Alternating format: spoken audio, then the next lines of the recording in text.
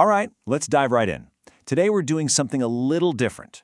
We're going to put a 25-year-old corporate strategy on trial.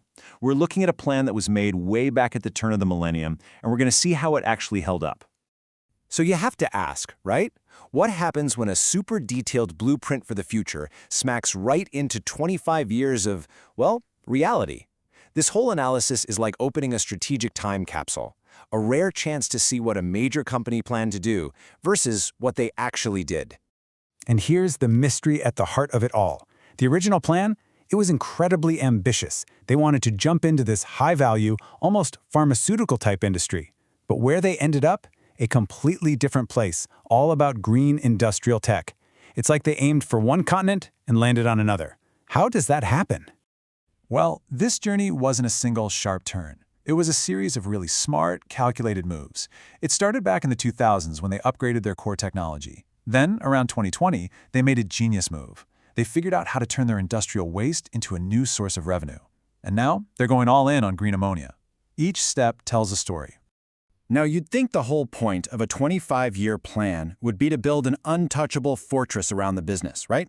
What experts call a business moat, something to protect your profits for decades. But here's the catch. In the world we live in today, that idea of a permanent fortress, it's kind of becoming a myth.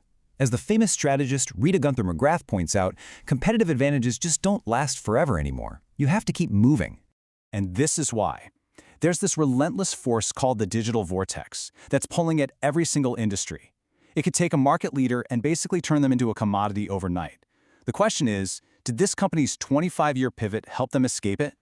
Okay, now look at the numbers, because this is where the plot really thickens. Their size? It exploded. The company grew more than 10 times bigger. That sounds like a huge success, right? But then you look at their profitability, and it absolutely cratered. It dropped by 2/3. They built this massive empire, but the profits just seemed to vanish. How is that even possible? Which brings us to the ultimate question at the heart of this whole thing. Was this 25-year journey a story of failing to achieve a huge, ambitious dream? Or was it actually a hidden masterclass in how to survive, adapt, and just plain stay in the game? So failure or masterclass? The answer isn't simple, but it is absolutely loaded with lessons for any business leader or strategist out there today. This full deep dive analysis unpacks the entire story, the market forces, the tough choices, all the twists and turns. If you want to understand what it really takes to navigate a disruptive world, the answers are waiting.